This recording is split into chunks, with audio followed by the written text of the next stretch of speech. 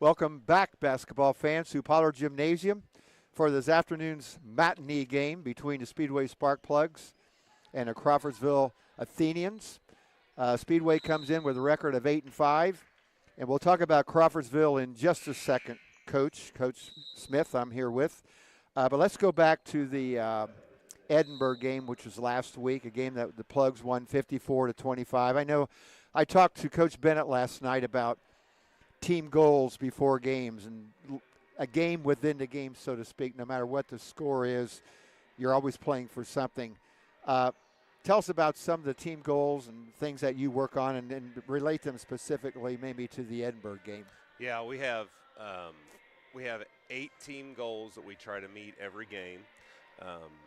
We have some incentives we do with our kids. If we meet X number of goals, and maybe one day in practice they don't have to wear their official practice shorts. They can wear their favorite shorts to practice. And some goals of, if you meet X number of goals, they love my wife's coffee cake, so she makes coffee cake for them. But can I come and practice and be yeah, part absolutely. of that? It's pretty good. Perfect.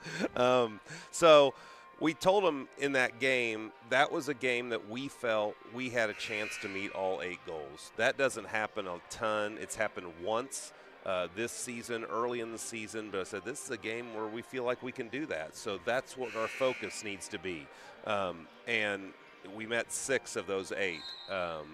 5 of those 8 goals are defensive goals, and we met every one of those. That's good. So we was happy with that. We met our turnover goal. They only forced us into 12 turnovers, so that was good. Those were between the 5 defensive goals and that goal on the offensive side of taking care of the ball. We had 6. Now the other 2 we didn't meet were free throws, and we did not meet our field goal that we have.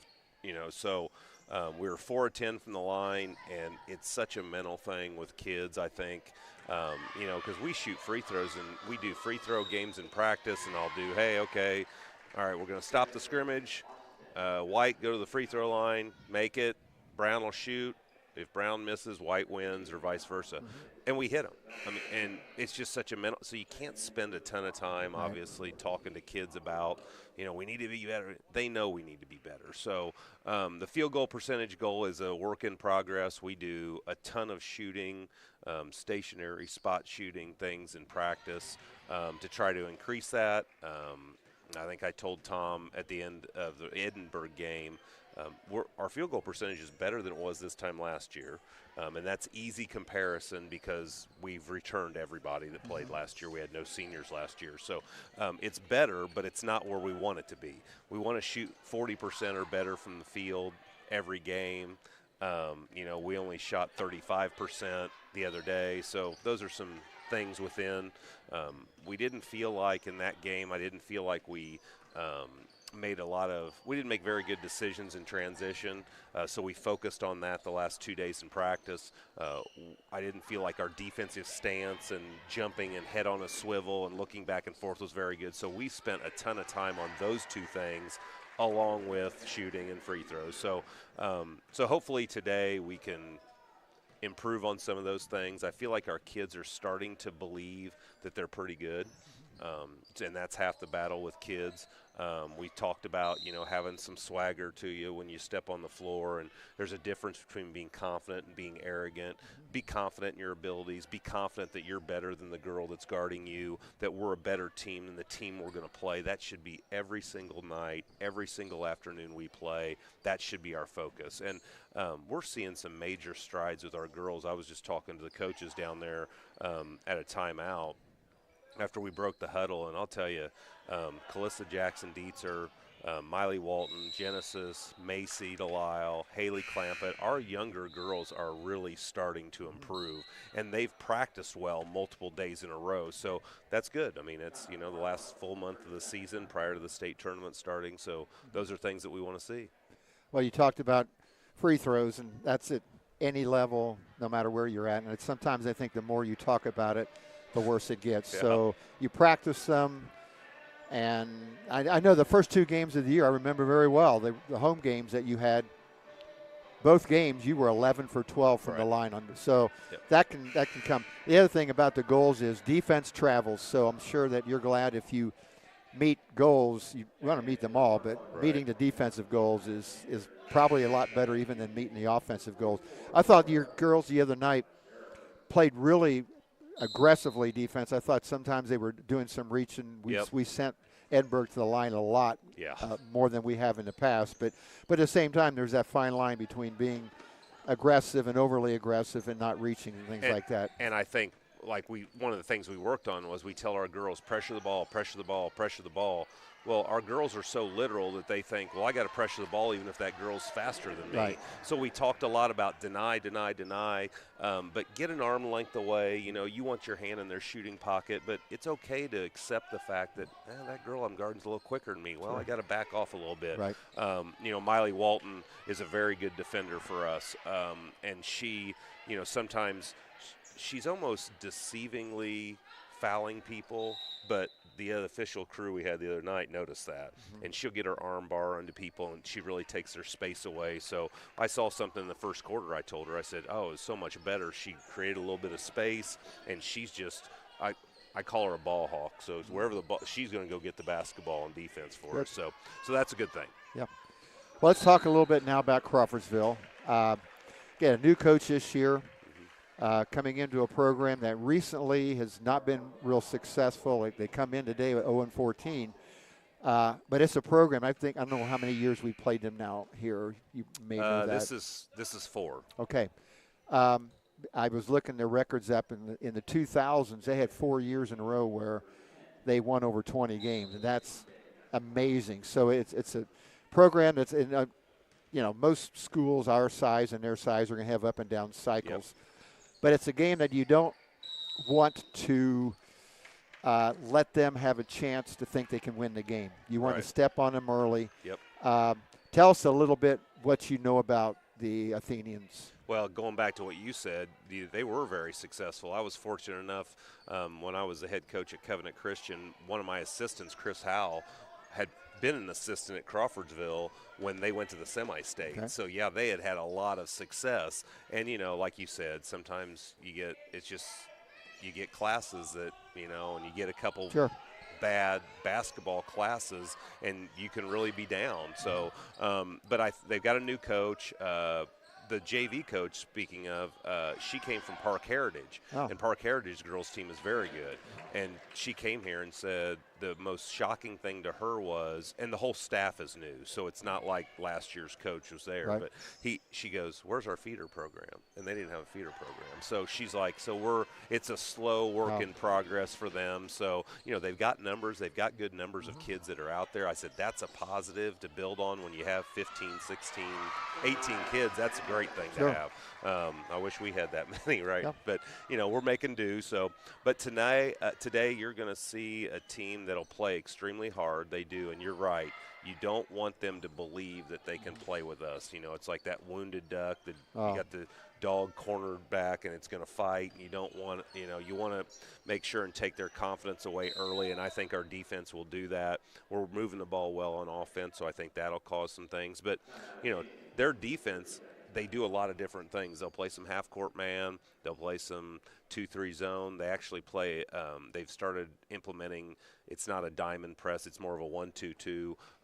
So they're doing some things defensively. So, it's like that's so hard as a coach to prepare because you don't only have a certain amount of time in practice. And it's like it's nice if a team just plays man or just plays zone. But like this team, we've had to balance the last few days of what we're working on this day and what we're working on that day. And we had a walkthrough this morning. The kids were in about 9 a.m. We did a walkthrough, went through some stuff again, got a lot of shooting up. So number 10's a very good player for them. She comes from a long line of basketball blood. It's, her, I believe it's her dad that is the boys coach. Her grandfather is the assistant. Her grandfather, you and I talked before the game, that her grandfather used to be the boys head coach at Western Boone. She comes from a long line. So she's got some savviness to her. So hopefully, we can execute on offense, continue to keep our defense. Our keys are really at this point. It's just, and most teams are that way. But, you know, we want to, when I say worry, maybe that's not the right word. I want to be more focused on us and what we're doing in games so that, you know, when we get down the line and start playing some teams that are pretty good, that that we can be successful in that. You know, the fact that they play different defenses, I think, is a plus. Again, as you prepare for the end of the season, you don't want to see anything at the end of February that you haven't seen at some point during the season. And a lot from the games I've seen you guys play this year, a lot of teams don't change up defenses a lot, but that'll make your guards and everybody on your team recognize those situations and change up what we're doing. So, all right, well, best of luck today, and we'll talk to you and a couple of your players after the game. Sounds good. Thank you. All right, we'll be back here in just a little bit with the lineups for today's game.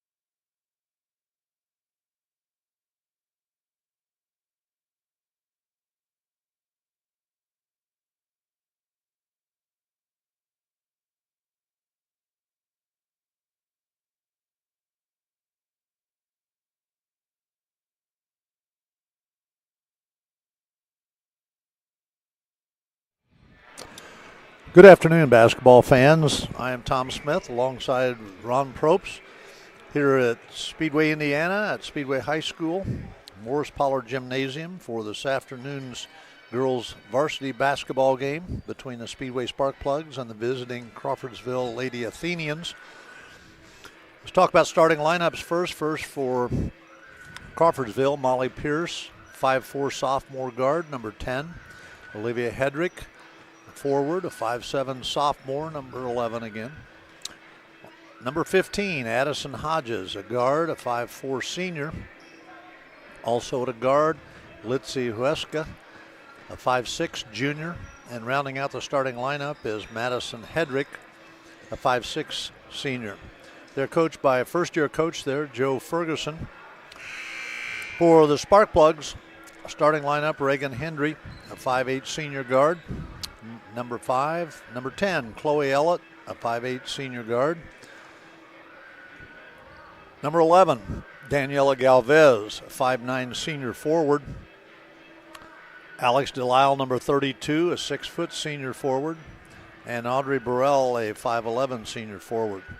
So, Coach, real quickly, obviously the size advantage goes to the Plugs in this situation. Experience, the Plugs will start 5 seniors, whereas the Crawfordsville Lady Athenians will have 2 seniors starting. They've got a relatively young roster.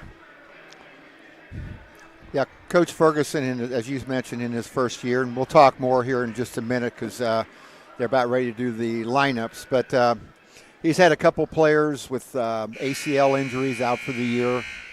And it's been a tough year so far, 0-14. But I did look down their schedule. Still several games left, I believe, that are very winnable. Taking over a program has had 8 consecutive losing seasons. That said, in the late 2000s, 4 consecutive years of 20 wins or more. So it's a community where you can build, and he's started that. I looked at their roster, a lot of players, a lot of participants. 3 teams. A lot of teams today do not even have freshman teams. But he's doing a good job. It's difficult. In these cases, if you go into each locker room, and we'll talk again a little bit about that, but he's got to really emphasize little wins to just get better. You know, if you got a player that's not defending well, that has a great defensive game, those are the things you build on. Speedway, on the other hand, in their locker room, they don't want to give him a chance. Coach Smith has got to have the attitude today that we got to put this team away early. Don't give them any hope.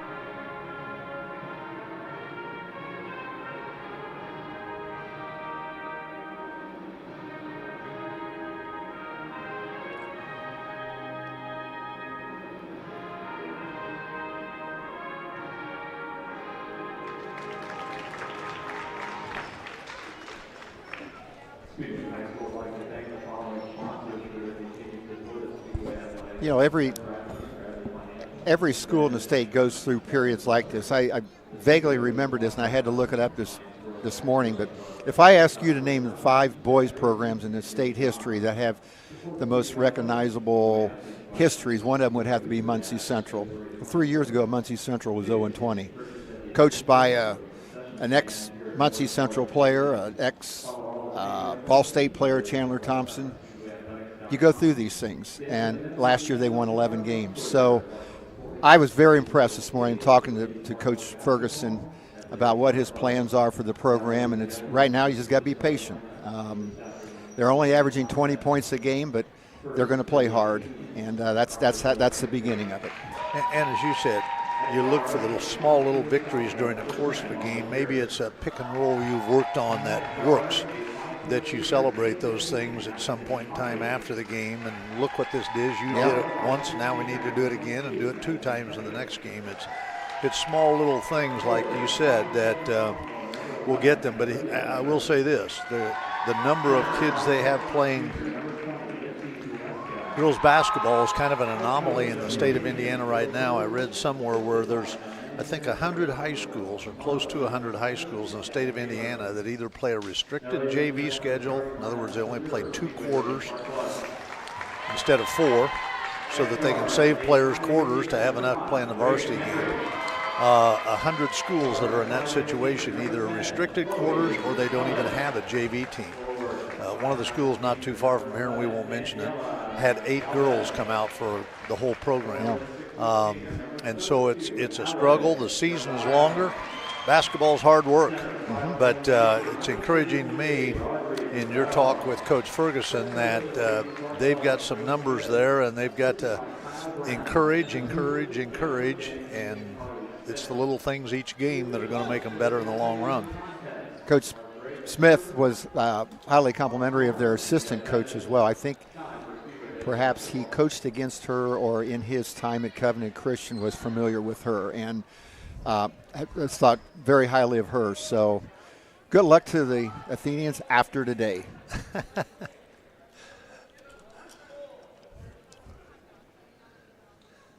We are ready for the opening tip, the first quarter of action here once again at Morris-Pollard Gymnasium. Speedway will be in white, Crawfordsville Lady Athenians in blue.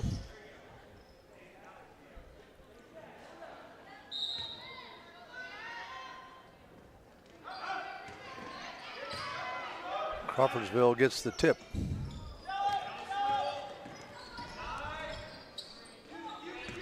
Molly Pierce, number 10, one of the consistent scorers for the Lady Athenians. A turnover to begin with. Chloe Ellett brings it up the floor. Once again, Speedway has 5 seniors.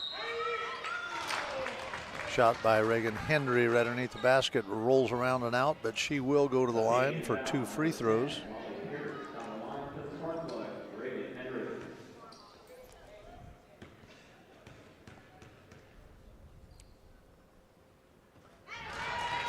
And it looks like by who is back for the spark plugs, they'll probably be trying to put some pressure, which leans toward what you said earlier of trying to jump out and not give them a chance to build up some momentum. So we see a 2-1-2, 3/4 court press.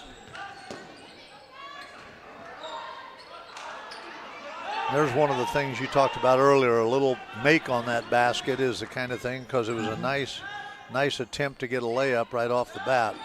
Daniela Galvez with a missed shot for the spark plugs. Rebound by Chloe Ellett. Daniela Galvez inside also with a shot that doesn't fall, and the ball will turn over to the Lady Athenians.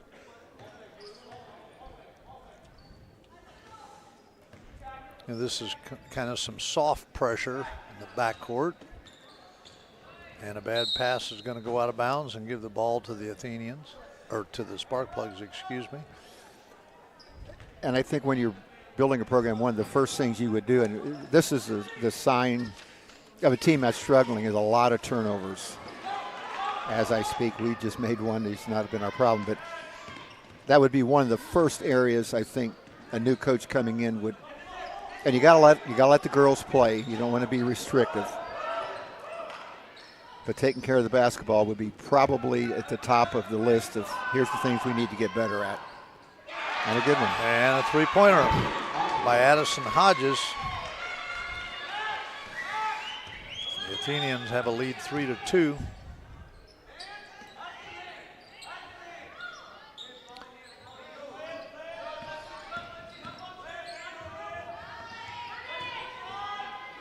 Tom, if you look at the defense right now, they did have 3 girls whose feet were in the paint. Okay, they're extending a little bit now. Daniela Galvez on the drive, misses, gets her own rebound, puts it back, misses, gets her own rebound again. Alex DeLisle with a jumper, miss. Audrey Burrell with a rebound, And I think we've got a foul. Danielle was doing her Moses Malone imitation of missing, rebounding, and leading Build up the those stats. leading the league in offensive rebounds. Nice pass. Good bucket. Field goal by Alex Delisle. Alex, the leading scorer on the Sparkplugs, averaging 12.8. Daniela Galvez averaging 11.5. But there have been good games from other players on the Sparkplugs during the course of the year in terms of some shooting. Oh. Another three-pointer from Madison Hedrick. So a 6-4 lead now. Alice Reagan Hendry with a three-point shot attempt, no good.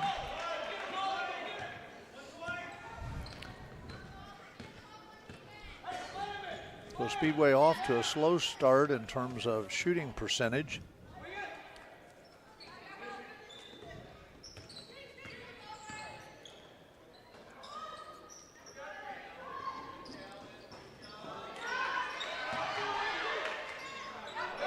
Missed that time by Madison Hedrick. Daniela Galvez with the rebound for the Sparkplugs. Gets it over to Reagan Hendry.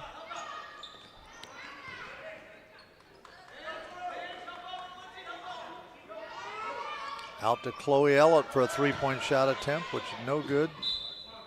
Reagan Hendry saves it, throwing it off Molly Pierce's hands. And so the Sparkplugs will have the ball underneath their own basket. 4:33 remaining in this first quarter. Daniela Galvez for three, no good. Coach Smith was talking before the game about team goals each game and how in the last game against Edinburgh, I think he said they reached 6 of the 8 or 5 of the 8, but the ones they reached were all defensive goals. The shooting was not reaching the goals that he wants. But I thought if you're a coach and you're going to reach goals, the defensive goals would be the ones that you would want, because you're going to have off night shooting. That's going to happen.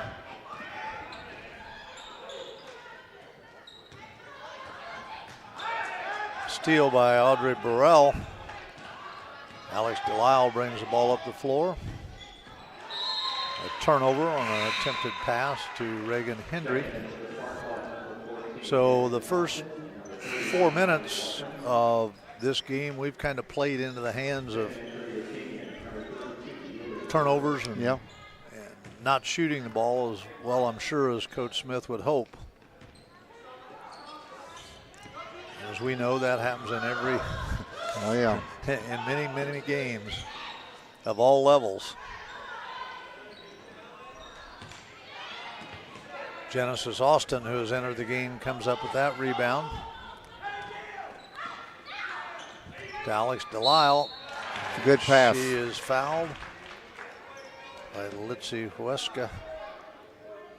Her first. Alex Delisle will go to the line for 2 free throws.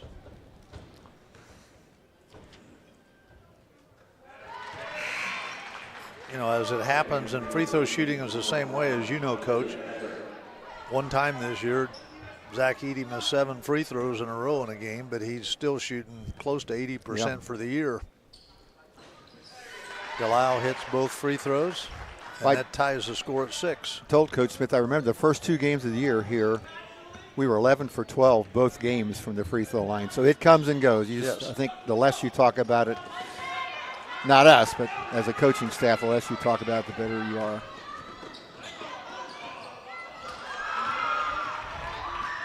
Sparkplugs with another turnover. Also Miley Walton into the game for the Sparkplugs, along with Genesis Austin. Walton pulls up, drops it off to Daniela Galvez.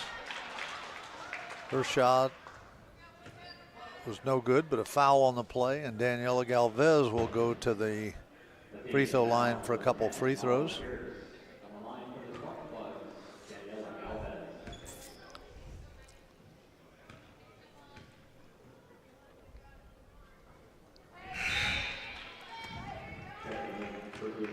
heard it said many times, Coach, that you just need to see the ball go through the basket. Daniela misses a free throw. Pretty good free throw shooter. Hits the second one. 67% from the line.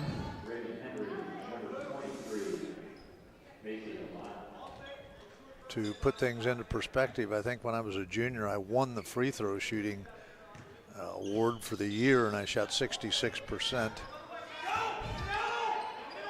Good friend Mike Copper at Valparaiso High School shot 93%, I think, for the year from the free throw line. Timeout taken by the Athenians.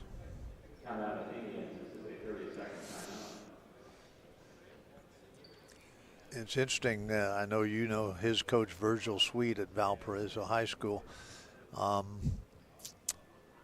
He had 20 steps to a free throw, and they started in the 6th grade, may have been the 4th grade for all I know, of the same form for every single person. It's the only coach I know, I mean, we all worked on form things, but that had 20 steps to a free throw. But I think Coach Copper's senior year, I say Coach Copper because he coached high school basketball here in Indiana, I think their team average was one of the tops or the top in the nation of high schools for free throw percentage by the repetition of over and over and over. He said, I'd shoot 100 free throws every noon at lunchtime. Got a jump ball. I think one of the years, Coach Sweet, I think his high school team averaged over 80%. Of course, that's Robbie Hummel falls into that category. He played at Valparaiso. Coach Sweet passed away this year just a couple of months ago. A legend Florida. In Indiana. Yep.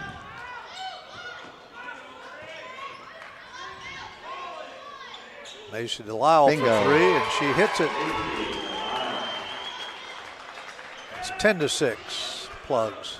Macy, a sophomore.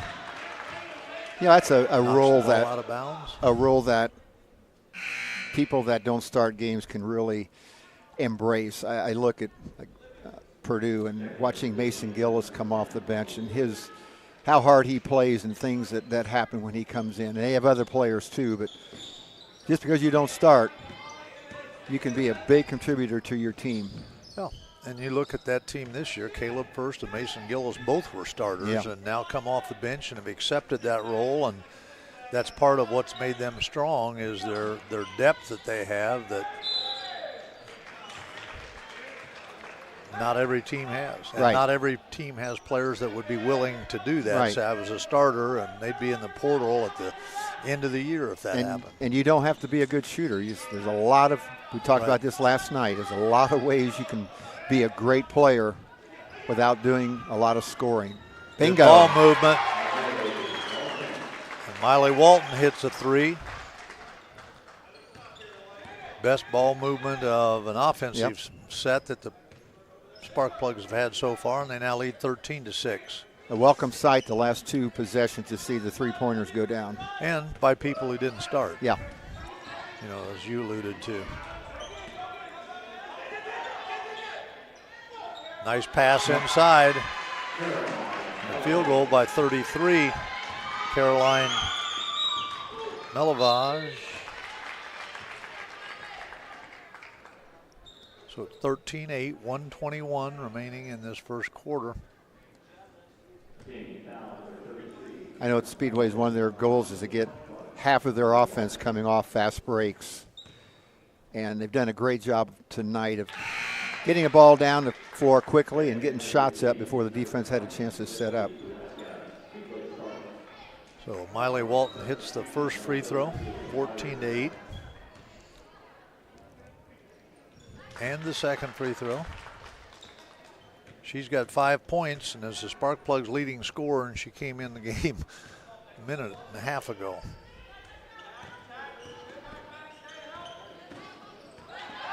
Good hands.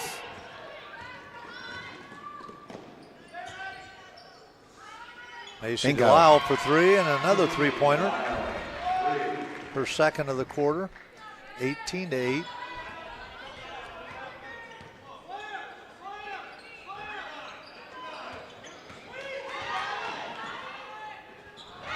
Nice field goal by number 15, Addison Hodges, her fifth point of the game.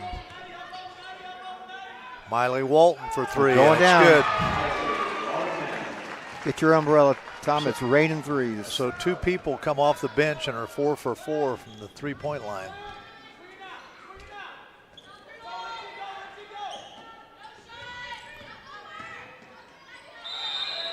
We've got a travel. The spark plug ball, 24.3 seconds remaining. 21-10 spark plugs.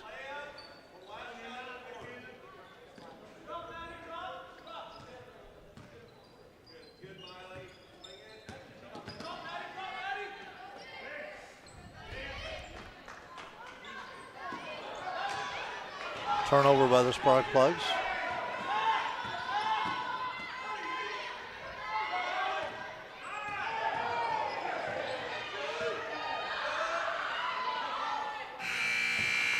And that completes the first quarter with a score. Speedway 21, Crawfordsville 10. Crawfordsville, as I mentioned earlier, in the mid-2000s had 4 straight seasons of 20 wins, which tells you it wasn't just one class. It was 2, 3, perhaps 4 classes in a row. Since then have kind of fallen on hard times. They're a member of the Sagamore Conference and a little bit in flux right now, unless I missed something in the last month or so, but 3 of their members will not be in the Sagamore Conference anymore. I believe this is correct. Danville, Tri-West, and Lebanon, which leaves Southmont, Northmont, Western Boone, Crawfordsville, Frankfort, and I believe they were looking for a 6th school. I think that's up to date. Wouldn't say for sure, but I'm pretty positive that's up to date. My opinion was one of the better conferences in central Indiana. But the 3 schools leaving have all really started to grow, perhaps outgrowing some of the other ones. Tommy, you were talking too about free throws. It's not really a secret. I mean, the form, obviously, very important, but I've seen guys, and we've talked about this before. Henry Bibby used to stand 3 steps to the left of the center. Rick Berry was underhanded free throws and shot over 90%. It was always my opinion as a coach is if somebody's hitting them, you let them do the way they want to. If they're not shooting free throws well, then we're going to do it my way. But it comes down to working in the summer. If you make 100 shots every summer or every day in the summer, you're going to become a pretty good free throw shooter. It's not rocket scientist, really. Now, game situations are different. I realize that. You get tired of pressure, but you can improve yourself a lot. I'm going to date myself here, Coach, because you won't even remember this guy, but Michigan had a player named M.C. Burton, and both feet were pointed. They were parallel to the floor, and he shot from the side. In other words, his feet were not pointed toward the line. They were parallel to the line. So he was really turned facing the sideline. Halfway, facing the sideline and shooting free throws. Audrey Burrell with the block there. Good look down the floor. Gets it ahead to Macy Delisle. Good look. Hits the layup. And that's her 8th point of the game. Not to continue to talk about the free throws, but Hal Greer, a player for the 76ers, used to shoot a jump shot on his free throws, and he was good. So they go in, it doesn't matter how.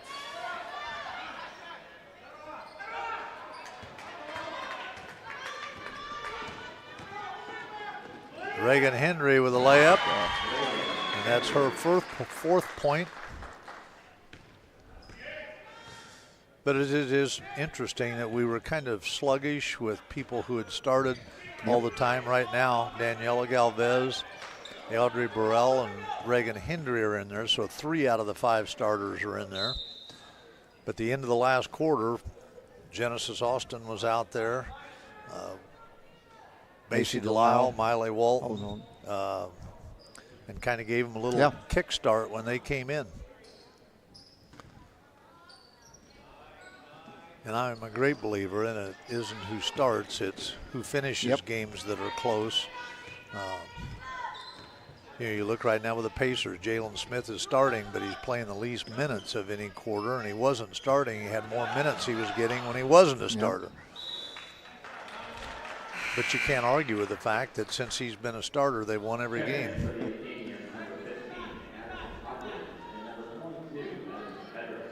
You know, I think tonight, in our interview with Coach Smith talking, I think we were very aggressive the other night, but I thought we reached a lot, had a lot of fouls called on us. Tonight, I think we're being aggressive without doing all the fouling that we did the other night.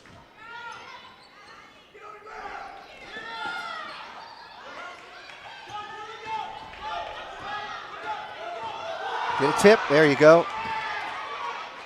And a rebound. Hopefully not. But Daniela Galvez scores her 3rd point now on a layup.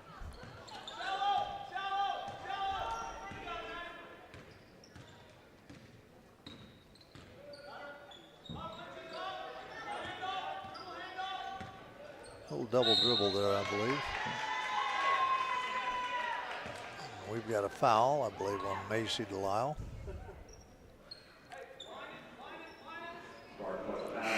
I know Coach Smith gives his assistant coaches a lot of leeway, and I believe Coach Brown is responsible for the different substitutions that are made, especially in the first 2 to 3 quarters, and I'm sure later in the game. But that gives them some say in what's going on, and I think that's a great idea. And I think you're exactly right. I think he makes the decisions of who's in and when subs go in, but they're pretty structured in that it's very similar each game. Yep. He'll take 2 starters out at whatever minute of the first quarter and then take 2 more out so that every starter is not playing the whole first quarter. And it's been really helpful for this team, and we talked about the people that are coming off the bench and how much better they've been playing recently. A lot of that is because they get a lot of time on the JV level. And some players don't like to play on the JV level if they're varsity players, but a lot of benefits. And I think with this group and the players you just mentioned has really helped them this year to gain that confidence and get experience. They're playing a lot of minutes. Haley Clampett's a sophomore who's in there right now that's plays some JV minutes. Yep. But I'm like you. They're getting minutes, and it doesn't make any difference where it is. Obviously, they're playing against better players probably on the varsity than the JV team, but the point is you're out there. You have a responsibility. Calissa Jackson-Dietzer is just entering the game right now with Haley Clampett. They are both, as is Macy Delisle and Miley Walton, people who have split time between varsity and the JV team. You know, ironic, I was talking to Steve Stocker before the game. We had a good conversation. I just like talking about old times and stuff, but I don't know how this topic came up, but it's probably something that we're referring to right now. But Lagodi High School, the Lions, back in the middle 70s, well, they're good every year, but their Coach Butcher had a son. I think Bill Butcher may have been his name, played at Memphis State.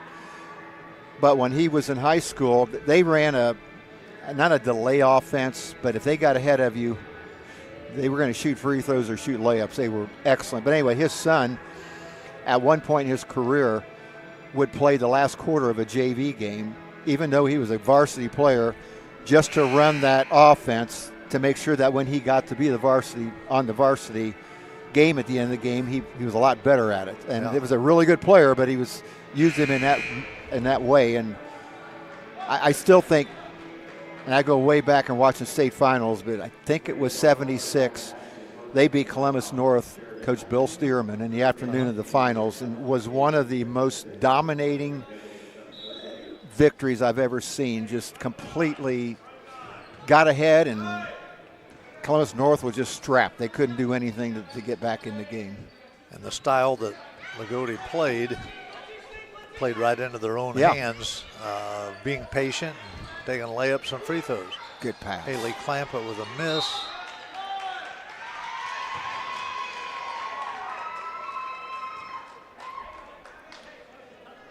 And that is a foul on Alex Delisle. That is her first. Something that's really helped, I think, been beneficial for high schools when they change the rule from 4 quarters a night to 5. It gives more of a chance to play, and they get better and enjoy what they're doing. There still is a restriction, and I don't know what it is, but on the number of quarters in a year that you can play. I don't know, it used to be 120. I have no idea. And I'm not sure what it is now either. But it's 5 quarters a night. There we go.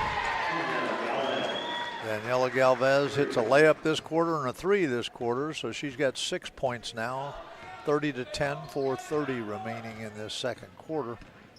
Danielle asked me last night, was my coach a good three-point shooter in high school? And Coach Smith was sitting right there. And I said, well, he shot a lot of line drives, but a lot of them went in too, so it didn't matter. Again, doesn't matter how it goes in. Well, I'm happy for Danielle in the fact that she missed some shots early in that first quarter, and as we said, you see one go through the basket, and that's a great help to Alex Delisle with her own rebound. Hey, I don't know how many offensive rebounds we have in this game, but it's got to be a dozen. There have been a couple of possessions where we've had 3 or 4. And it should be a strength of ours. We got some seniors, we got some taller girls inside. Yeah, as we said at the start of the game, we've got a height advantage against the Lady Athenians.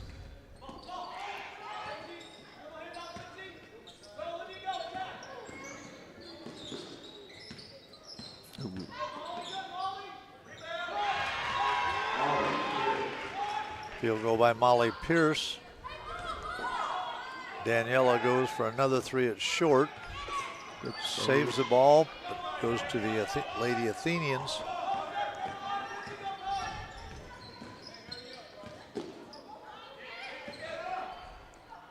You know, kudos to Coach Ferguson. They've run a pattern. They've made some good passes that sometimes have and sometimes haven't resulted in field goals. You know, just by watching them here, we're still 3 minutes before the end of the quarter, but having nothing to do with the talent level, but the way how hard they're playing and the things that they're doing does not represent a team they're a growing team.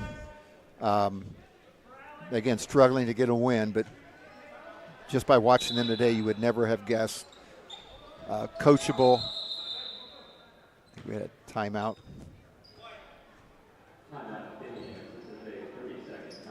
Timeout. And just by body language on the sideline from Coach Ferguson, everything has been positive. It's not yelling and screaming and berating. It's building up, and that's what you have to do. That doesn't always happen. 30-12 is the score. 3 minutes, 3 seconds left in this first half.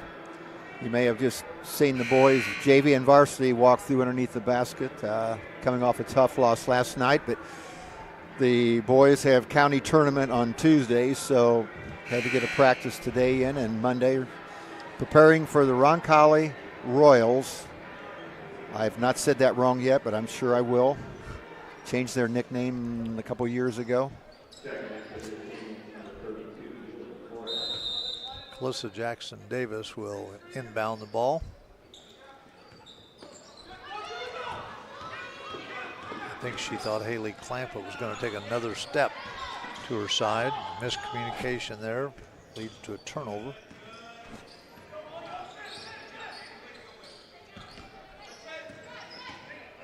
But the Lady Athenians, you can tell they have a pattern. They know what they're doing. It's not like standing around and saying, I'm not sure what I'm supposed to do.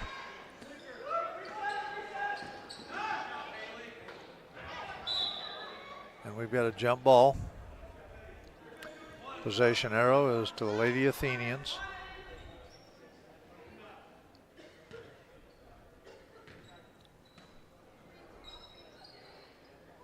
In case you're wondering if this is an unusual Saturday afternoon game, but even the boys, a lot of Saturday events now have been changed from the night. Good pass. I was wondering whether or not she saw her. Chloe Ellett for her first field goal of the night. A nice pass. I'm like you, I was saying 4 to 10. Chloe Ellett does not average a lot, but very valuable member on this team. Plays hard, defends. And I would agree 100% with that.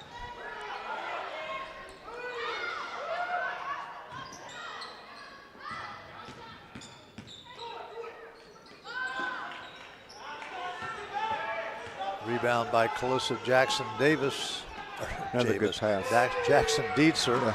A nice pass. Alex Delisle misses the layup. But Calissa Jackson Dietzer with a good pass. Speaking of assists and passes, the Indiana Pacers are an example of a team. There's a lot of players that are very happy that our point guard is very unselfish and has, last night, for an example, 18 assists, which doesn't happen in the NBA all the time. That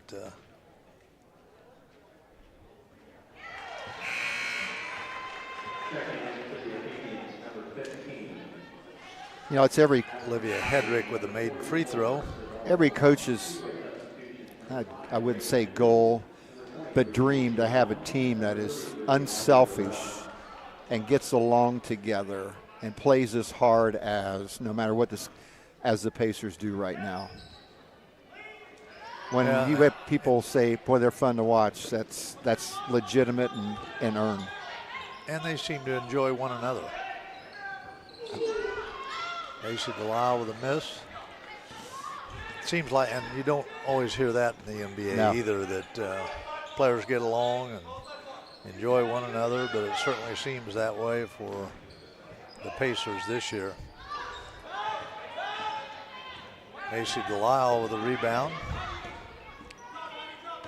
Gets it to her sister Alex.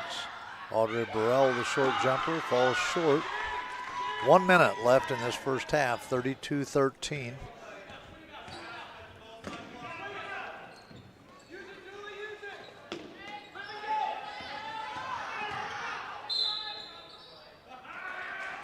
Travel called against the Lady Athenians.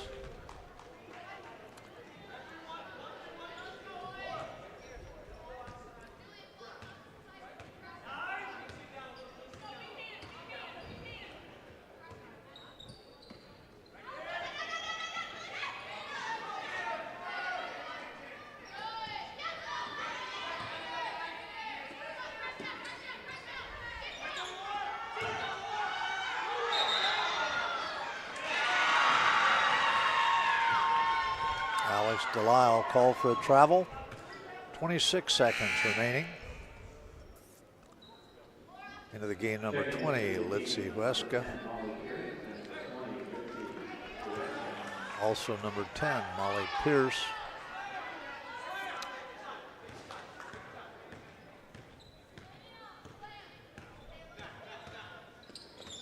Coach Ferguson stood up and called out a special play here with 20 seconds to go. Oh, work. Three-pointer. Madison Hedrick, her second three-pointer of the game.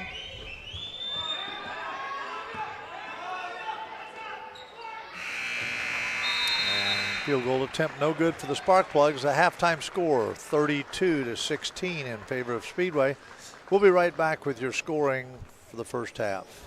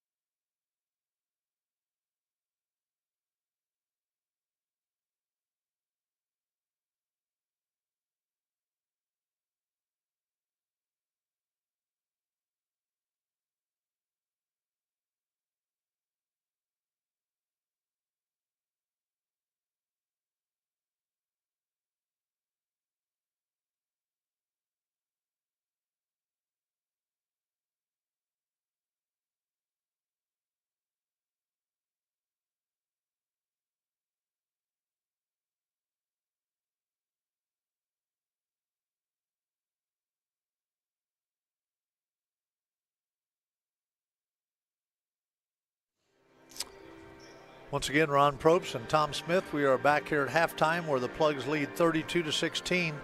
The scoring up to this point in the game, Reagan Hendry has 4 points for the Lady Spark Plugs, Chloe Ellett with 2, Daniela Galvez with 6. Leading scorers for the first half for the Spark Plugs were Macy Delisle with 8 and Miley Walton with 8. Alex Delisle has 4 for the Spark Plugs total of 32. For the Crawfordsville Lady Athenians, Molly Pierce has 2 points. Olivia Hedrick has 1 point. Madison Hedrick has 3 points.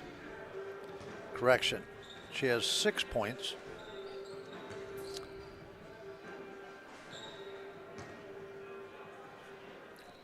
Two points for Caroline Melovich. Coach, thoughts on the first half? We've got some half-time statistics. Speedway from the field, 10 for 32. Crawfordsville, 6 for 20. Spark Plugs have hit 7 of 8 foul shots.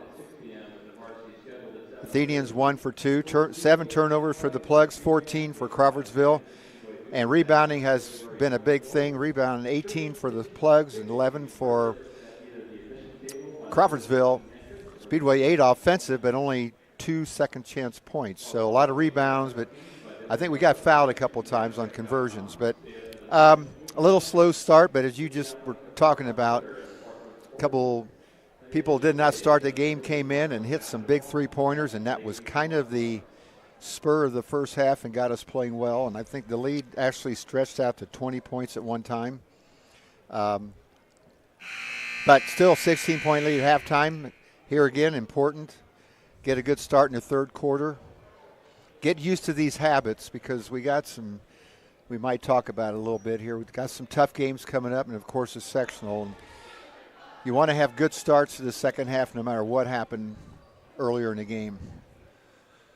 My apologies to Addison Hodges. I skipped her on the Athenians. She had 5 points in the first quarter and had 5 points at halftime, which was their total of 16. Speedway will begin with the ball out of bounds.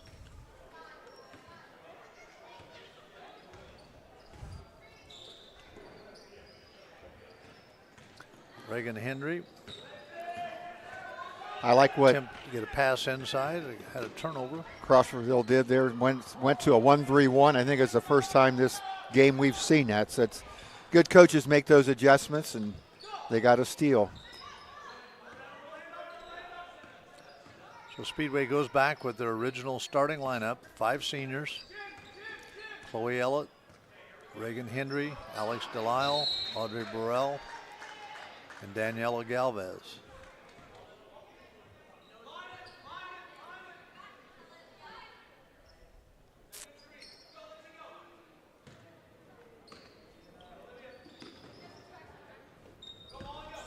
Lady Athenians also with their original starting lineup.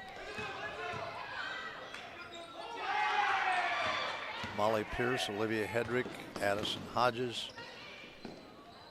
Litzy Huesca, and Madison Hedrick. Audrey Burrell with a jumper, and she breaks into the scoring column for the Spark Plugs. Tom, that started on the defensive end when she got that block without fouling. She just put her hands straight up in the air, had a little bit of a height advantage, knocked it down, and went to the other end and scored.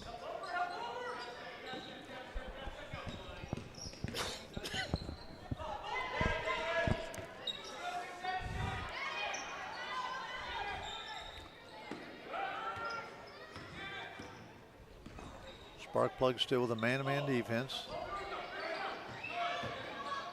Help on the sideline from Chloe Ellett.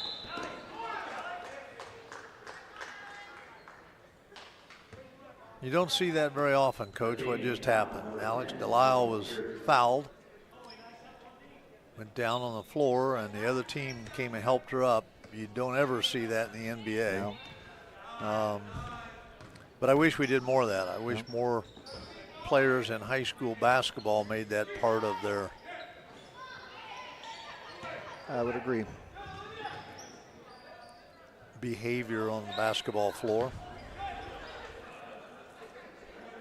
It doesn't mean you're less competitive. I mean, you don't have to Absolutely not. do things like that well, I'm not competitive, because it's like it has nothing to do with that.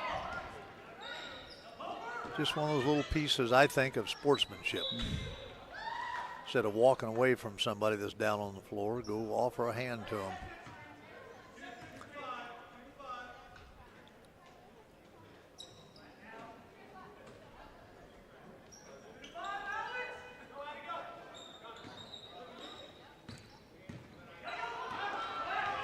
Steal by Daniela Galvez, takes it in for the layup and scores. And that's her 8th point. It's a good two-step jump there by Danielle. So many times players go in out of control, and she's able to get herself, had plenty of time.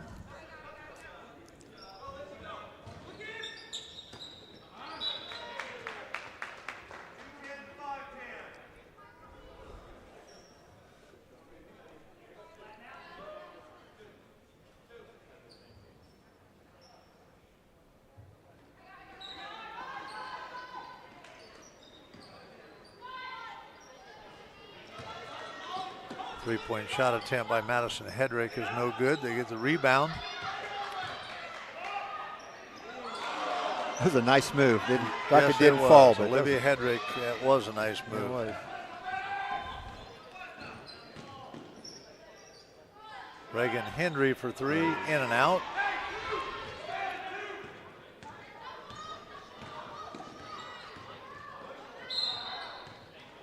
We're going to have a foul on Reagan Hendry. That will be her first. Reagan Hendry, a 5'8" senior guard. It's one of the old axioms of basketball. You don't play defense with the hands, play with the feet. And every level that happens, and sometimes you get over anxious and try to go for steals, and most of the times when that happens, things that aren't good result. Nice post move by Litzy Huesca there. The ball didn't go in, but she had her player blocked off, hand up in the air where she wanted the ball. This goes back to the little things we were talking about that will make them better in the end. Nice pass from Reagan Hendry to Daniela Galvez, but she gets it knocked out away from her hands. Picked up by the Lady Athenians. Molly Pierce. Over to Madison Hedrick. Gets trapped on the end line. Kind of stopped in a no-win situation there, right underneath the basket, inside the paint, in danger of having a 3-second call.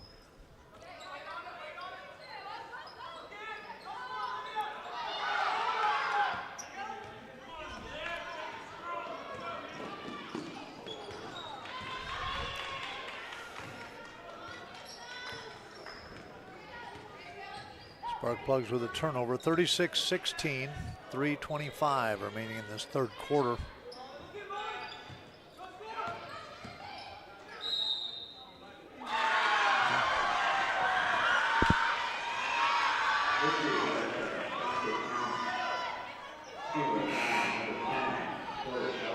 Foul on Chloe Ellett, her first. That was a strong move. It took some strength to get that shot off, because she got fouled early and continued through with it to get the three-point opportunity. Litzy Huesca, and we mentioned just a moment ago, she had a nice move inside where she posted up. We're going to have a foul on Genesis Austin, her first. Sabella Moore will go to the free throw line. I'd be interested. Timeout taken by Coach Joe Ferguson. And I'm sure that this would be available somewhere. But at the end of this season, for the boys and the girls, to see if the number of free throws shot in a game average went up this year or went down due to the new rule. And I know that wasn't the intent. Again, I think we've talked about this, but the National Federation thought that there were too many injuries on free throw situations, and I just don't remember very many. Apparently they were happening someplace, but So the number of free throws or the shortening of the game has nothing to do with it either. But it would be interesting to know if the number of free throws shot per game has gone up or gone down. If I were just guessing offhand, I would say it has gone down, but I don't know. That might be just specific to the games I've seen. And for those who are watching and aren't familiar with what we're talking about, it used to be that you would shoot the one-on-one free throw on the seventh foul, you would have a one-on-one free throw, and it would remain that way the rest of the half. Now you shoot free throws on the 5th foul of each quarter. So if you have 4 fouls the first quarter, starting the second quarter, you have 0 fouls as a team, and that's what Coach Probst is talking about. And it's all 2 free throws. There's not a one-on-one anymore. I asked Greg Rakestraw the night that he did the game up here if he's noticed a difference. Of course, he sees so many games a year. But he said in college women's basketball, it probably has shortened the game a little bit. But again, I don't think that was the aim of it.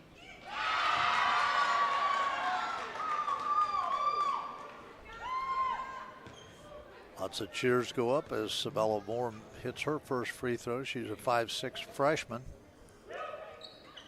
Short on the second one, and the rebound by Genesis Austin. 36-19. Again, the Plugs a little sluggish this quarter in terms of accurate ball handling. And I give some of that credit. Good ball movement now.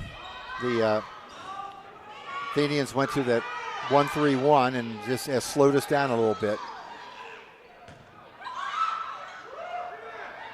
Keep rebounding, Danielle.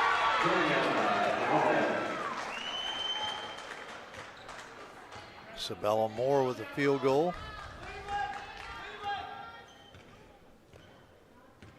You know, as a coach, 38-19. As a coach, you can say this is my favorite defense or whatever, and we're going to do this no matter what. But good coaches adjust, and sometimes what you might think is your best defense or what you've been used to playing forever might not be. Read an article in the paper today about IU and the fact that you might see more zone defense going forward because that might give them a better chance of winning. It won the Louisville game for them.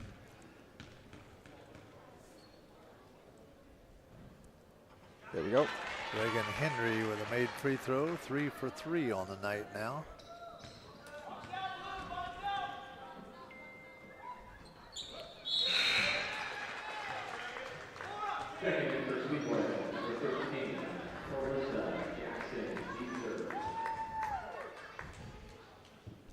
Clarissa Jackson Dietzer into the game. Reagan Henry 4 for 4 from the free throw line.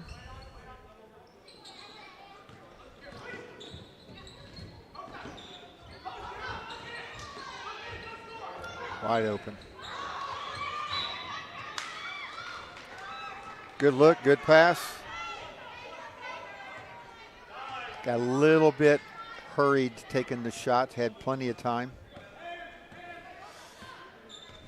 Clarissa Jackson Dietzer brings the ball down the floor, pass inside to Daniela Galvez. Molly Walton for 3, no good. Alex Delisle with the offensive rebound. She's fouled and will go to the line for 2.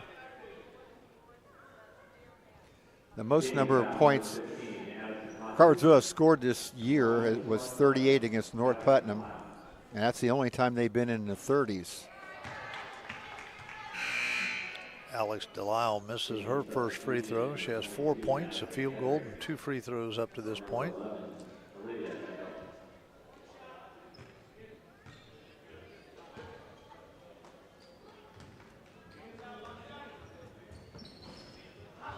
Misses both free throws. Genesis Austin gets the rebound, and I believe is fouled by 44. Sabella Moore.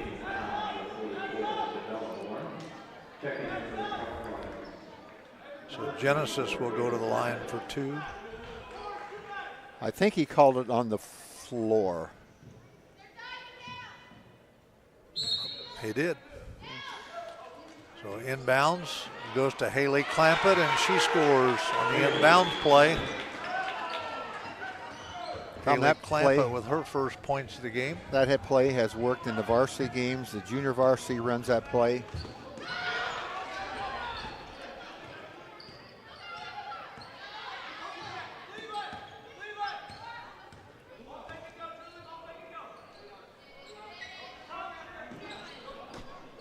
Good anticipation. I think Miley Walton got fouled there. Wasn't called. The spark plug ball out of bounds. 42-19, 1:03 remaining in this third quarter. And into the game for the spark plugs is Paige Hooper.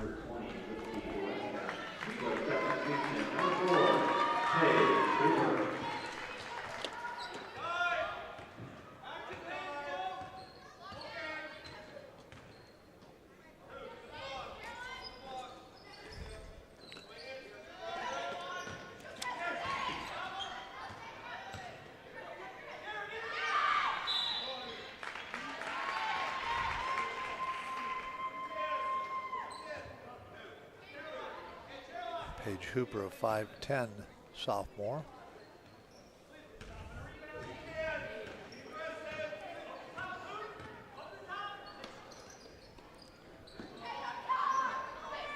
So for the plugs, Haley Clampett, Genesis Austin, Paige Hooper, Miley Walton, Calissa Jackson Dietzer.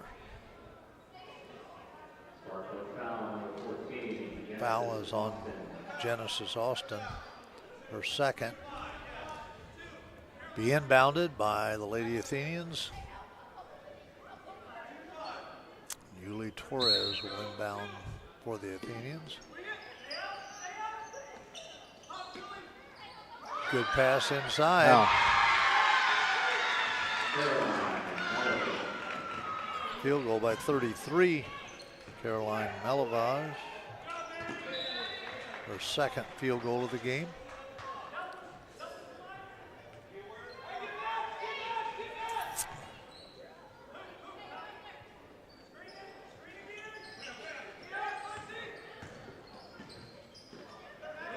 Oh, well. Haley Clampett with the jumper. Her fourth point of the quarter. Near steal by Calissa Jackson Dietzer. 44-21, 2.6 seconds remaining in this third quarter.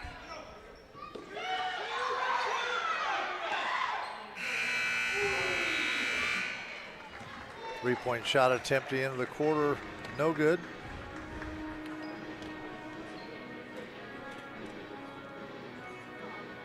Score at the end of 3, Speedway 44, Crawfordsville 21.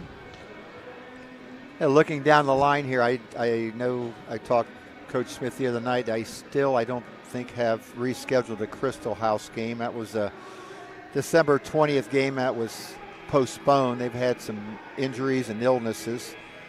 But looking down the line at the remaining schedule for the Spark Plugs, next week we'll play a Sheridan Ball Club. That's 12-3. Actually, we have Sheridan, Beech Grove, Western Boone, South Putnam, Lutheran, and Cascade left. That's a combined record of 51-38 of those 6 teams. So a lot of good teams to play yet before the sectional, and all of them within the next 3 weeks.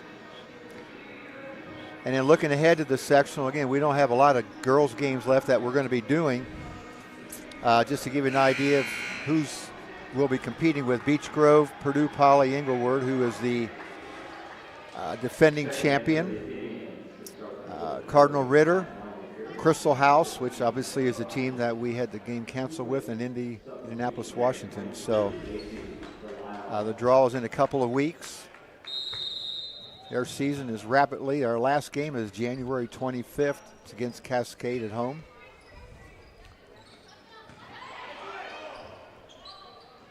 Good bucket.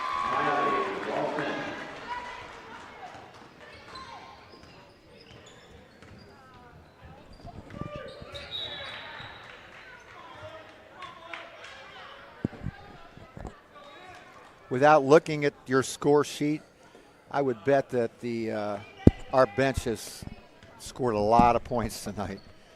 Probably more than any game I've seen us play so far.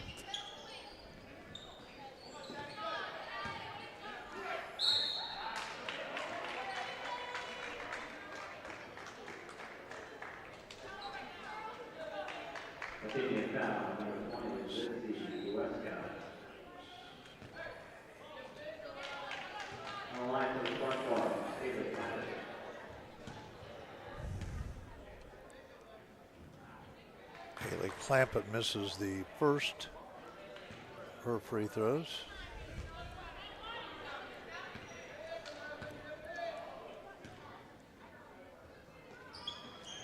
And the second.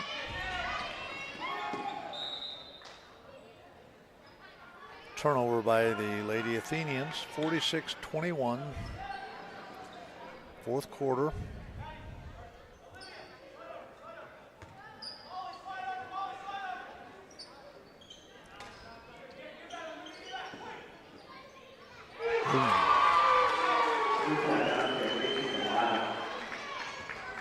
Macy Delisle with another three-pointer.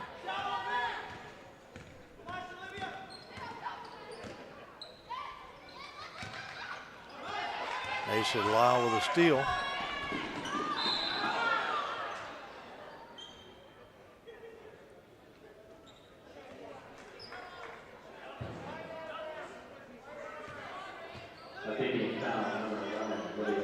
Foul on number 11, Olivia Hedrick. Her first. Speedway will inbound the ball.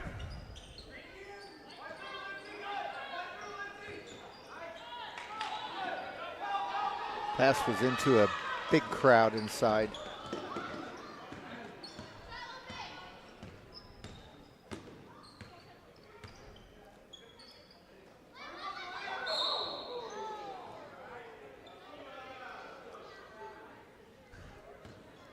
Got a foul on Macy Delisle. Her second.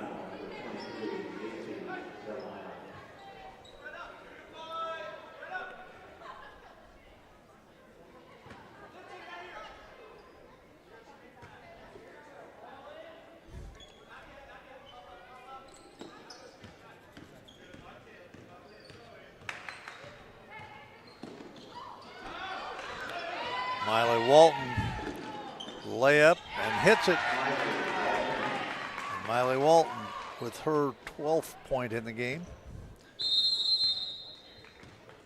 Timeout taken by Coach Joe Ferguson.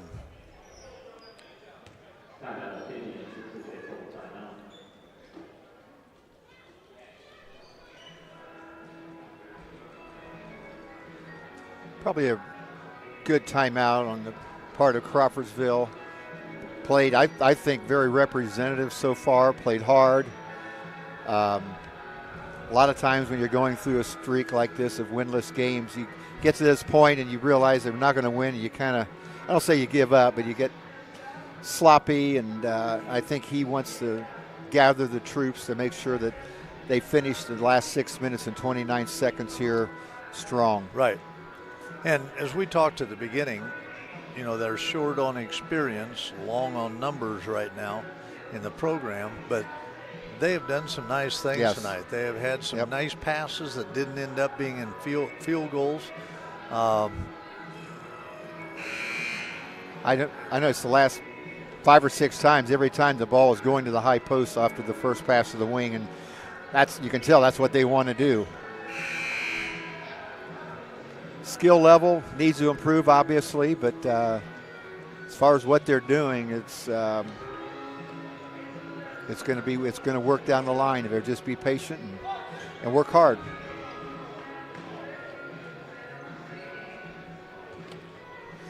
Once again, 51-21. There are 6 minutes, 29 seconds to go in this game.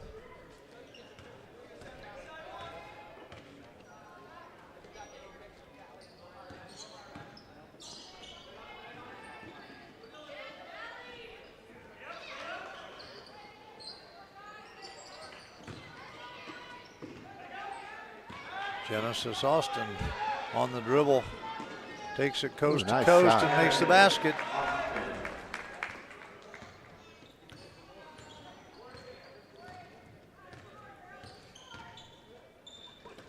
You know, as a coach, so many things to clean up. And one of the things they're going to have to do, and here comes another example, is they're not getting back on defense.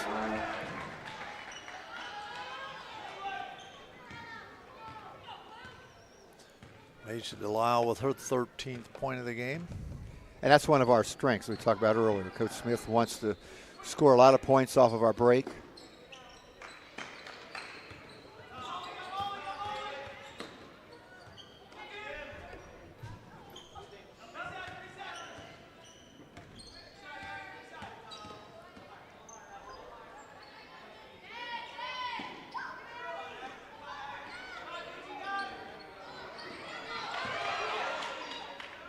Nice. Yes, it is. Nice move by Litzy Huesca for her fourth point of the night. Genesis Austin with a field goal and recipient of a free throw.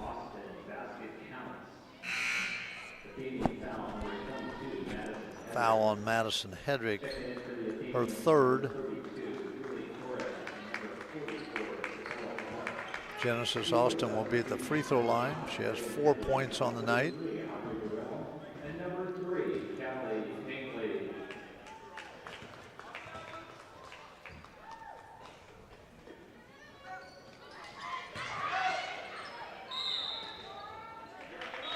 Jump ball.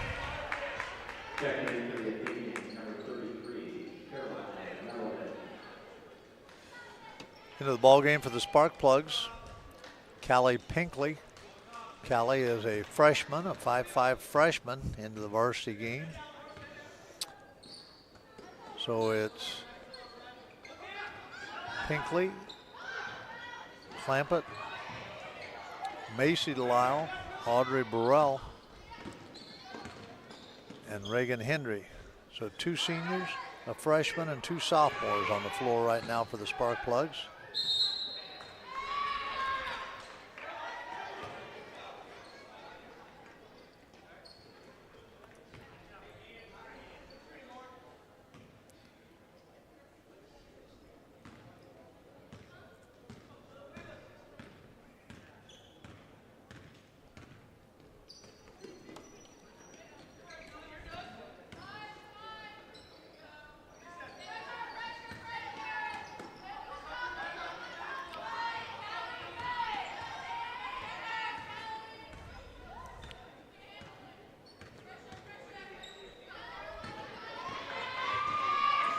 Steal by Macy Delisle, and she's going to travel on the play.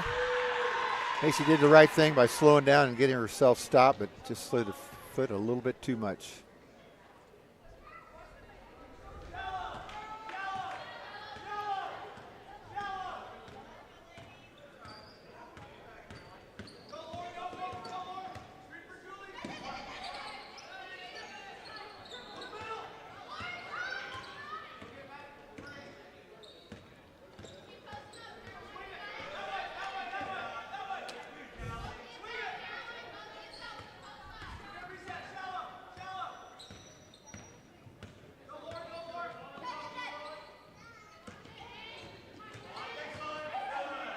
You talk about building numbers, and this is the way you do that. What Speedway is doing this game, there's a couple of players that are playing in a varsity game, I think, for their first time this year, but that's the way you get encouraged and you say, I want to do more of that.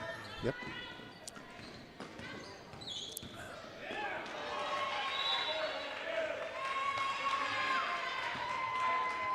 In the last 2 games has given us an opportunity to do that.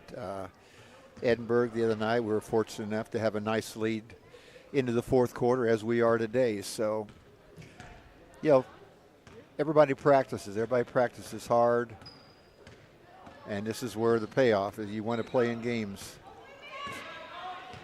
I have to rebound here. Nope. Macy Delisle on the layup.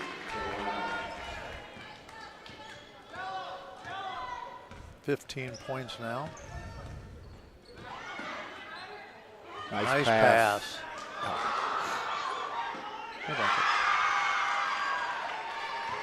Field goal by Caroline Malavage.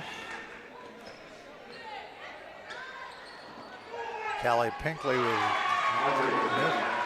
and Audrey Burrell with a putback for her 4th point. We'll give Callie a half of an assist on that.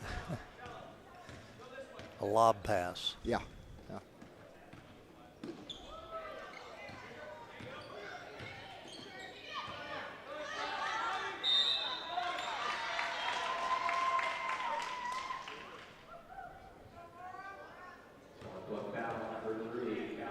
Callie Pinkley with her first foul. And to the line, Sabella Moore for the Lady Athenians.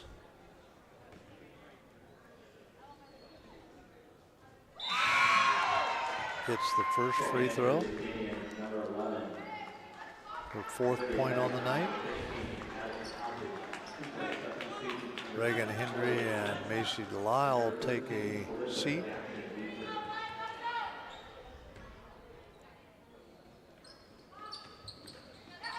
Misses the second one, a jump ball. The possession arrow goes to Speedway. For the Spark Plugs now, it's Chloe Ellett, Audrey Burrell, Haley Clampett, Calissa Jackson-Dietzer, and Callie Pinkley.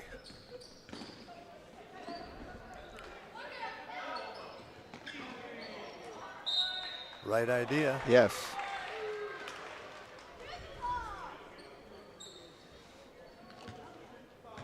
One minute. 4 seconds left. We're in a running clock now.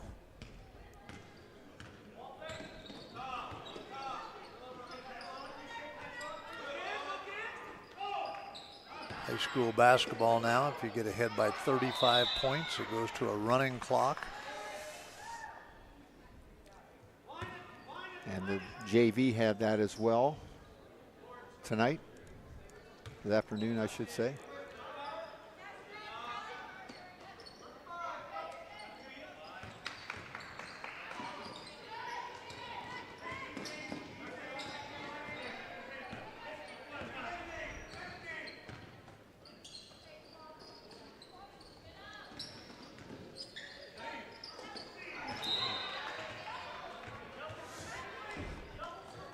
Nice pass attempt by Audrey Burrell to get it to a freshman. Looking for their first score, a 3-pointer now. Just misses. And that's the completion of the game. Final score, Speedway 61, Crawfordsville High School 26. We will be right back with the scoring and an interview with Coach Joe Smith and maybe some of his players.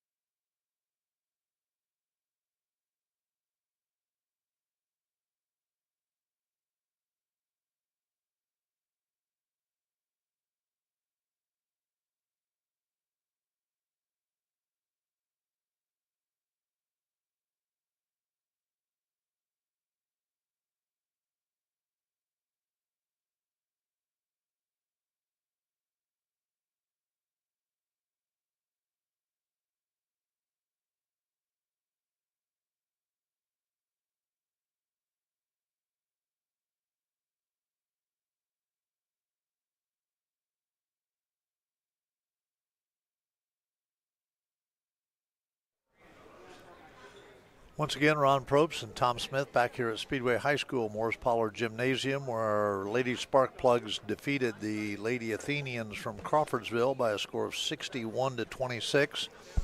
Good news for Speedway, 9 different people scored of the 12 who played. Leading scorers were 2 players who are splitting time between the varsity and the junior varsity. Macy Delisle, the leading scorer, with 15. Miley Walton also had 12. Macy had 3 threes. Miley had 2 threes. Kind of sparked them in the second quarter of the ball game. Daniela Galvez had 8 points. Reagan Hendry had 6. Chloe Ellett had 2. Haley Clampett had 4. Alex Delisle, who is the leading scorer in the Sparkplugs at this point in the year, had 4. And Audrey Burrell had 4. Leading scorer for the Lady Athenians, Madison Hedrick, was 6 points, and Caroline Melavage was 6 points. So a good win. I guess you could say an anticipated win. But nevertheless, as you know and I know, if the favorite always won, we wouldn't play the game. I know you've got some stats there for us. Yeah, some things that jump out at me is the important stats. Speedway 23 for 57 from the field. Holding Crawfordsville to 10 for 38, just a tick above 25%. I think it's something a lot of coaches try to accomplish every game, is to make more free throws than the opponents shoot. We did that tonight. The Plugs were 9 for 14 from the line. Crawfordsville 3 for 6. We forced 25 turnovers, which Coach Smith's got to be really happy with that. We had 34 rebounds, 15 of the offensive end. So 6 second chance points there in the second half. So I'm sure they met some of the goals tonight. We weren't slow early in the game, but as you said, bench people did a fantastic job tonight. Took a lot of the scoring load off of the starters. Matter of fact, I would say that would be one of the keys to our victory tonight, was how well the people off the bench played. But we jumped on them, and you don't want to give teams that are struggling, looking for that win, you don't want to give them a breath, and we really did not do that tonight. And they played hard to the end. Both teams did. Likewise, tough season for Crawfordsville, but again, I know we're not saying this just to be saying it, but I saw a lot of good things. What they're trying to do structure-wise, a lot of players in the roster, in the program, which is where you start. Try to do the right things. The ball just doesn't go in the basket all the time. Lacking on some skills, obviously, but they got some games left, I believe, that they could win. Sparkplugs, as I said earlier, remaining schedule, I put it away here, I believe, but the remaining 6 or 7 games, the record is 51-38. So some tough games for the Plugs coming up, but they're all going to be in the next 2 weeks. January 11th is Sheridan.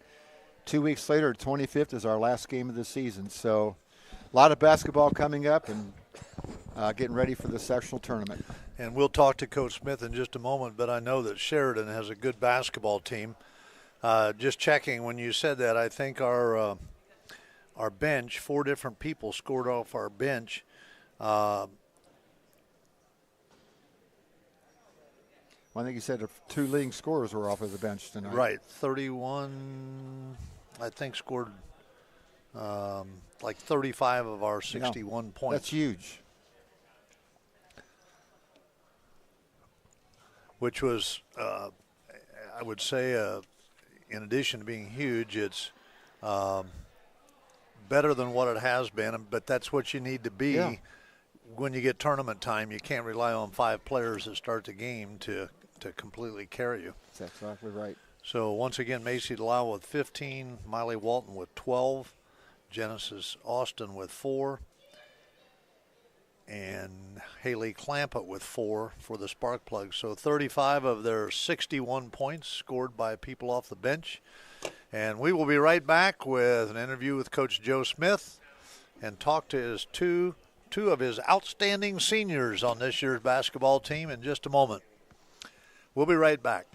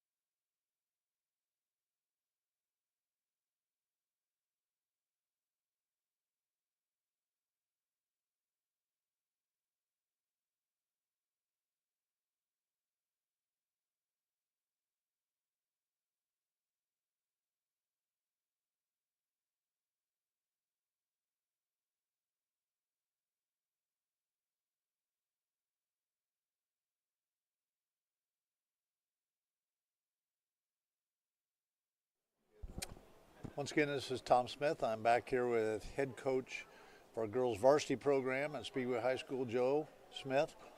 Coach, thoughts about the game?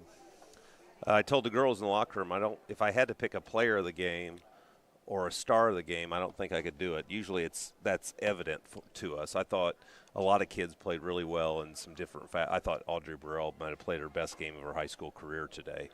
She was just engaged. I thought Macy Delisle played really well. We got everybody in the game. I thought early we faced a little bit of adversity because some kids weren't playing to the capability I think they could play.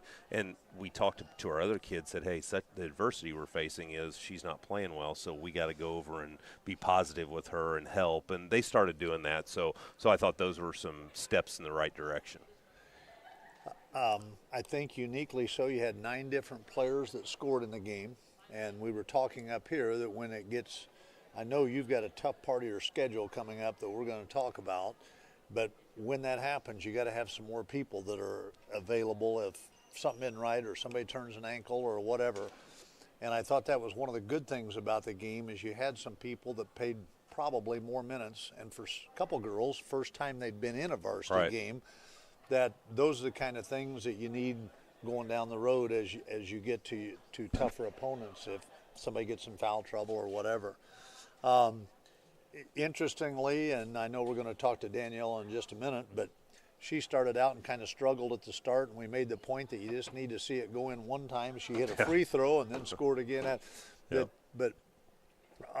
And Alex had 4 points, I believe, one of your leading scorers, and so other people did step up, and I think that was one of the important things Coach Probst and I talked about. Another thing is you, I think, doubled them up by our unofficial stats here, rebounding-wise. We felt like your girls rebounded really well. There were a couple times where once it was Alex, and I think once Daniela, where they shot it, missed it, got their own rebound, shot it, missed it, and he compared them to Moses Malone, and that's how he built his stats. But they don't know who that is. No, I know. But overall, and I know that Crawfordsville has struggled, but we talked up here that they did some nice things, but you just got to keep. I thought their coaching staff did a great job. Seemed like good people, seemed positive on the sideline all the time. They have numbers, they just don't have experience. Yep. But they did make some little back cuts and things that we thought were noticeable. I would agree. I think he told me before the game, he goes, and anybody would say this, so it wasn't an arrogant type thing, but he goes, I know everything you guys are going to do. We know every play, of most teams. He said the difference is we can coach our girls to that spot, but our skill level just isn't where your guys' is at. But I could tell, man, he ran some really good sets, and the kids were disciplined in what they were doing. They just weren't hitting shots, and he knows the game. Sometimes you coach against people, and their kids aren't very good. Well, there's a reason sometimes they're not very good is the coach may not understand the game, like he should or she should. And I think he does. So I think building in that, and he and I talked, skill level, and talked about when I came to Speedway and what did we do in the off season and how did we get the skill to where we're at. And he's just getting ready to start a feeder program. They have no feeder program. They have no youth program. They have and so he's doing the right things. And like you said, he does know what he's doing. Yeah, it's going to take some time, right? One of the things that Ron and I both noticed is that in this game, people were on the floor and the other team came over and helped them up on both sides. Right. You don't see that very often in sports, certainly not at the NBA level. Right. But we just talked how refreshing that was to see girls from both teams helping their opponent up who happened to be down on the floor. Right. Let's talk a little bit about schedule coming up. I know gets real tough real quick. The tough part of your schedule, but let's talk about some of your upcoming opponents in the next week or so. Okay, we think we're about 95% sure we're going to do our makeup game on Wednesday against Manual, but that's going to be on the road. But that's not definite right now. We've been in some talks with them, so that's a possibility. Thursday we will host Sheridan, an extremely good team. I think they're at 12-6 maybe right now. They've got a very good player that's been offered by Indiana State, and she is a player. It'll take everything we have for 32 minutes to try and stop her. We're not going to stop her. We're going to try and limit what she can do, make some other people try to beat us. Then we'll be on the road on Saturday in a conference game at Beech Grove, and I just keep impressing on our girls how much better they are. In the past couple years, they have not been very good, and it's just been like a game like today, and they're not at all. Right now, if you look at the standings and the ratings, they're about 5 points behind us in the sectional. So we're the top-rated team. At the last ratings last week, we're the number 1 team in the sectional. They're number 2, and it's only 5-point difference there. So they're very good. They've got a very good freshman class. That'll be a tough week for us next week, regardless if we play Manual or not. Playing Sheridan and Beech Grove, but that's okay. That's, you know, and the nice thing is the Saturday game at Beech Grove is in the evening. It's at Beech Grove. That's where the sectional is. You're going to have to play that game on it. If you're making it to the championship game, my guess is, unless something, you know, we're going to have to beat Beech Grove at some point in the sectional if we want to win it. It may very well be in the championship game on a Saturday night at their place. So those things are starting to line up a little bit for us. So, but it'll be a tough stretch, but I think our kids are up to the challenge. I thought these first 2 games back after break were a good – we had about 7 or 8 days off. Then we came back and practiced about 5 times. We played Edinburgh. Then we practiced a couple times. Then we played today. That was a good lead-in for us. And I thought all our defenses today were really good. And I think that'll be important for us.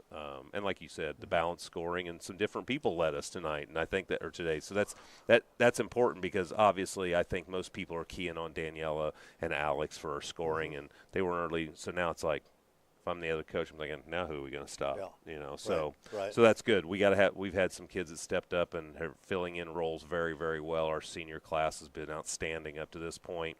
Outstanding leaders, great kids to be around, and they are really, you know, relishing this last month of the season, and it's evident in our practices because we can. A lot of times we'll say, okay, the seniors versus everybody else and stuff we're doing, and the seniors will absolutely dominate what's going on, and that's what you hope happens. But it's nice to see that, especially for a good group of kids like we have. Yeah. Well, we will let you go. We'll bring in a couple of your players in a moment, but once again, congratulations on a good victory. Thank you. Okay. We will be right back in just a second when we get things set up with 2 seniors, Daniela Galvez and Chloe Ellen.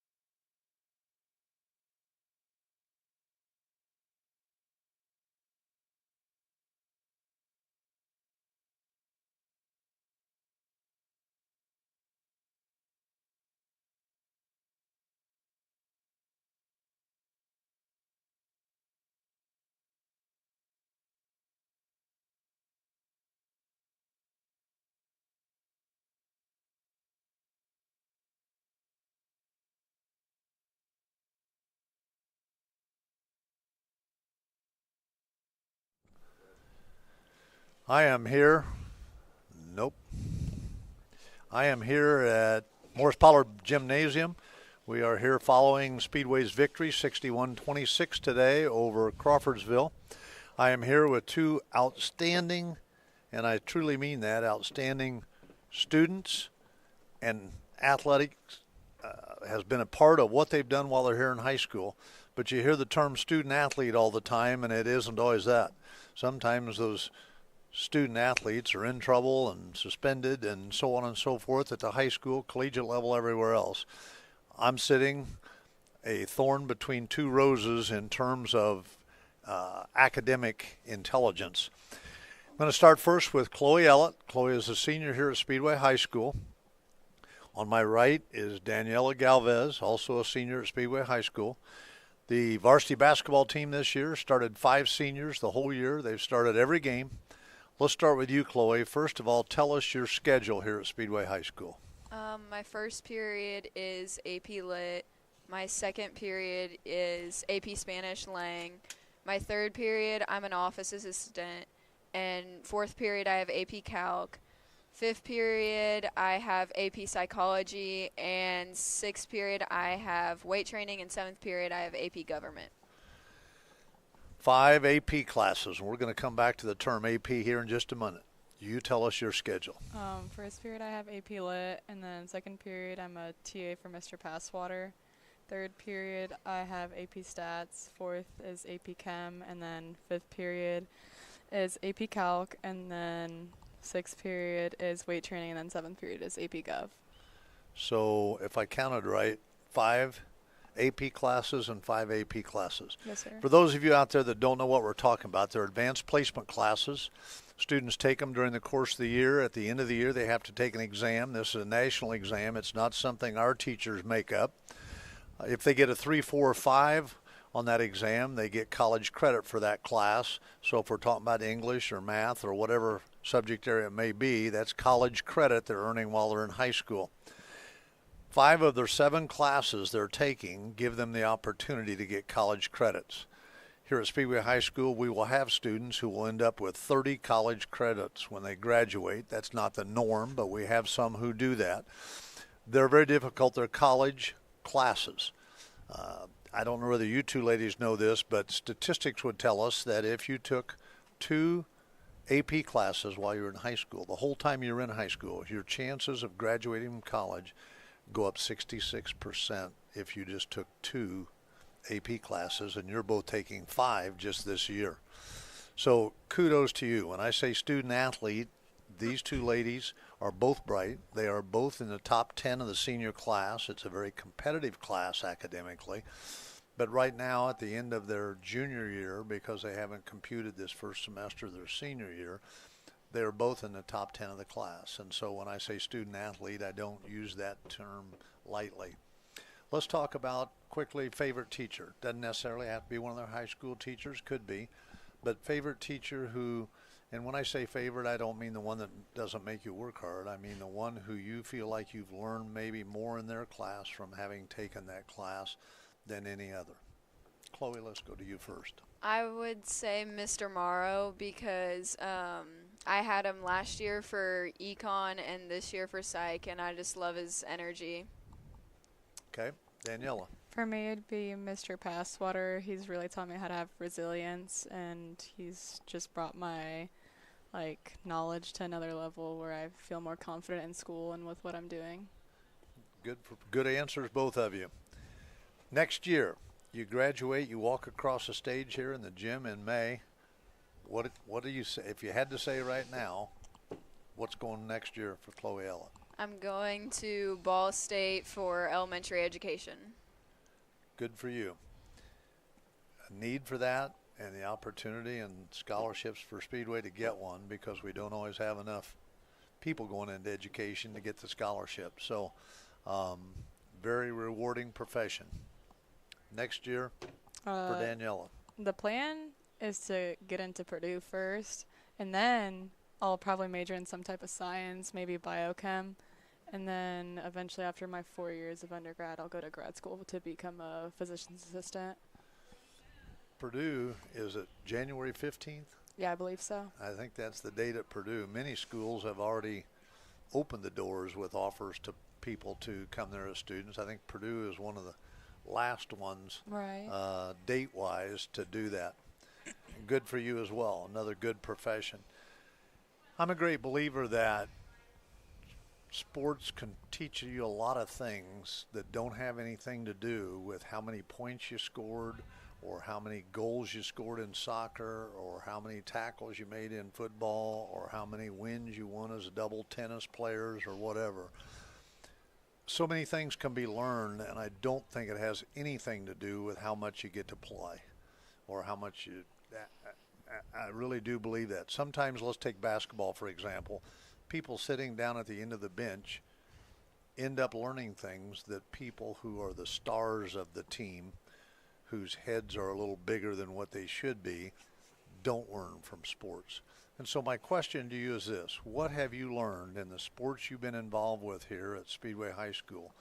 What have you learned that you won't forget, that you think is part of you that will help you in your life to be successful?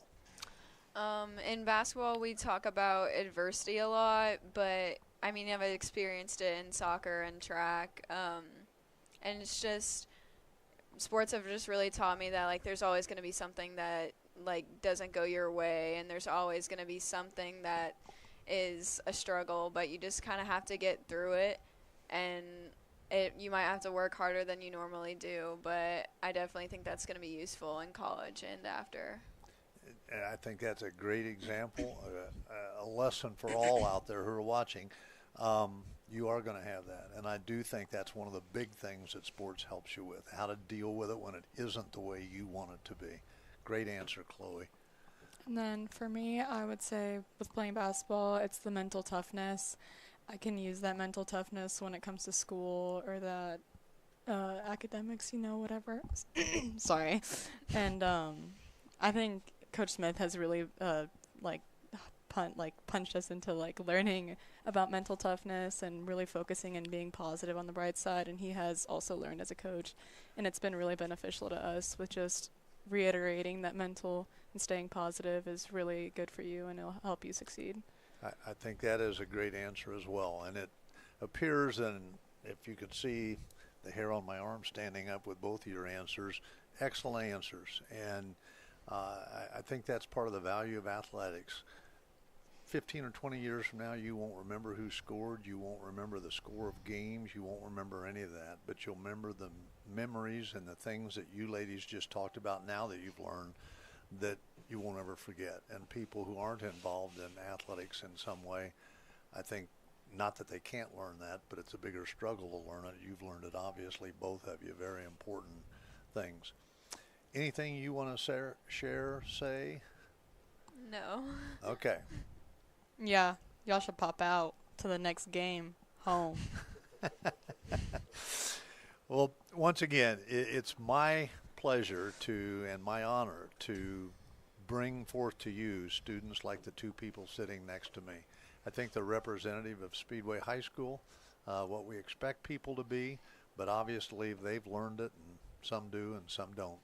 Once again, thank you for watching today's broadcast of our basketball game. We want to give a thank you to Henry Johnson, Bill P., Brian Pierce, the people from SCTV that make this possible.